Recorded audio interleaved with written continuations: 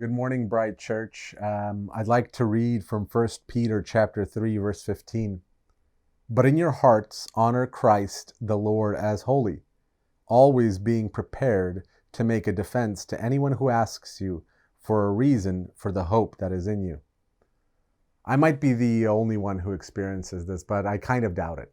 Sometimes I'll wander off into my own fantasy world during the day if I have a free moment. And I think about a situation where I am the hero. I save the day. I run into a burning building to save my family and I drag them out. Or there's an intruder at work and I fight him off and I save my coworkers and I'm the hero in that moment. And the reason I do that is because I believe that I will rise to the occasion, right? I will rise to whatever situation, despite never having saved anybody from a burning building.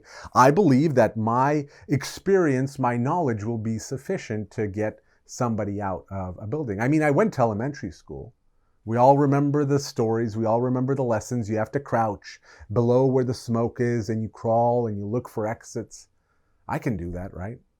Or with an intruder, despite sitting in an office chair all day and having, honestly, the body to prove it, I think I can go toe to toe with him. Like I can fight him off. I can get him down to the ground. I can pin him.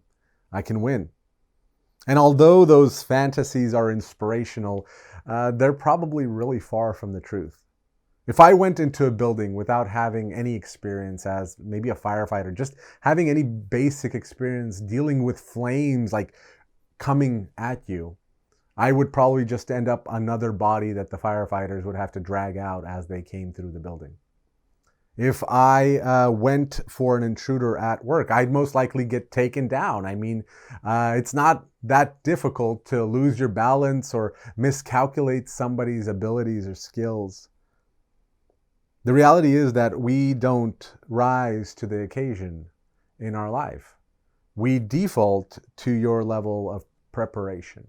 You default to the level that you're prepared to do. And here in Peter, it echoes this sentiment perfectly. We don't rise to the occasion. The defense that you'll make for the reason of your hope will depend on how prepared you are. And that's why he encourages us, always be prepared, because that preparation will ultimately determine how well you do. And in this case, we all imagine, we all think, wow, I've read my Bible through and through. I've read it from the first page to the last page. Just give me a skeptic. Just give me somebody and I'll go toe to toe with them. They'll come to me and they'll come with their problems, and with a beautiful flourish of words, I will just convert them right there on the spot. They'll collapse in tears, realizing their mistake, and I will have converted an individual. And the reality is that we often have the body of an office worker, thinking that somehow we're prepared to face the realities of life. Instead of rising to our occasion, we'll just default to our level of preparation, even in spiritual matters.